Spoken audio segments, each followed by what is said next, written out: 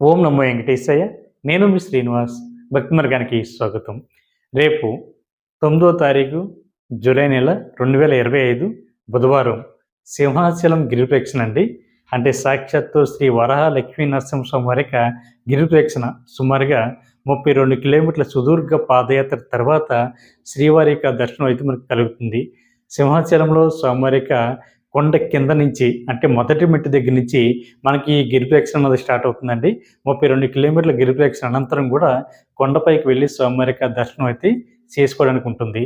ఎవరికైతే సంతానం అన్నది లేట్ అవుతుందో వీళ్ళందరూ కూడా గిరిప్రదక్షిణ చేసి స్వామివారిని దర్శించుకుంటే సంతానం కలుగుతుంది అన్నది భక్తుల యొక్క ప్రగాఢ విశ్వాసం. కాబట్టి ప్రతి ఒక్కరు కూడా రేపు జరుగుతున్నటువంటి ఈ గిరిప్రదక్షిణలో పాల్గొనేటువంటి ప్రయత్నం చేయండి.